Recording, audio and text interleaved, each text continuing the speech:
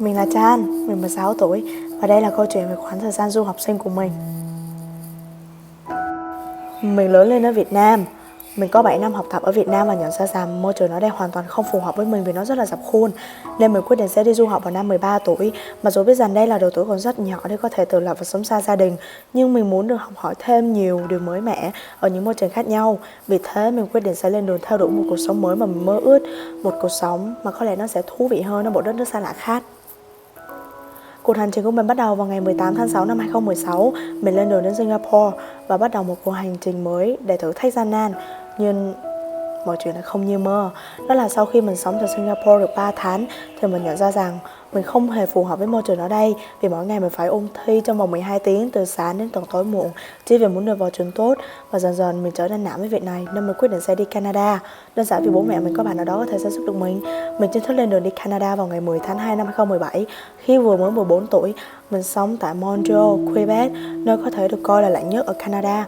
Cuộc sống của mình khi đến Canada đã có những thay đổi khác biệt khi mình phải đối mặt với những khó khăn như nỗi nhớ nhà, thời tiết và ngôn ngữ.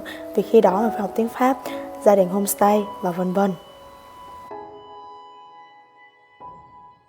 Mình sống ở Canada tổng cộng trong vòng 2 năm. Trong 2 năm đó đã có rất nhiều những chuyện vui buồn xảy ra với mình. Mình sống ở một homestay nơi có chủ nhà là người Philippines và Hy Lạp.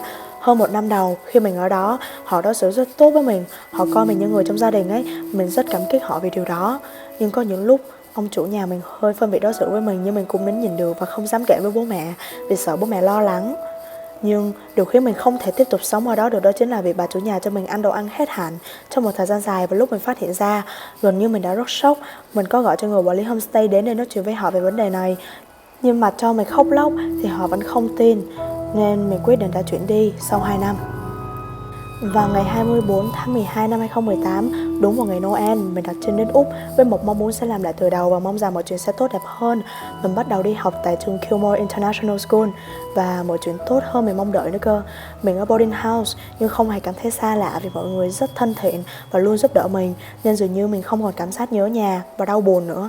Tất cả những người bạn ở đây giống như gia đình thứ hai của mình ấy. Mọi người đều chan hòa với nhau, điều này khiến mình thật sự rất vui. Thế đấy, niềm vui nhiều khi chỉ đơn giản là những khoảnh khắc chúng ta ở bên nhau như vậy thôi. Nơi có những người bạn thân, cùng nhau trải qua những vui buồn, khó khăn, thử thách trong cuộc sống. Nên hãy trân trọng những người mà các bạn đang có ở bên cạnh, bởi vì họ là những người rất quý giá. Nhất là đối với những người học sinh xa nhà như chúng ta thì chẳng phải bạn bè là điều quý giá nhất sao?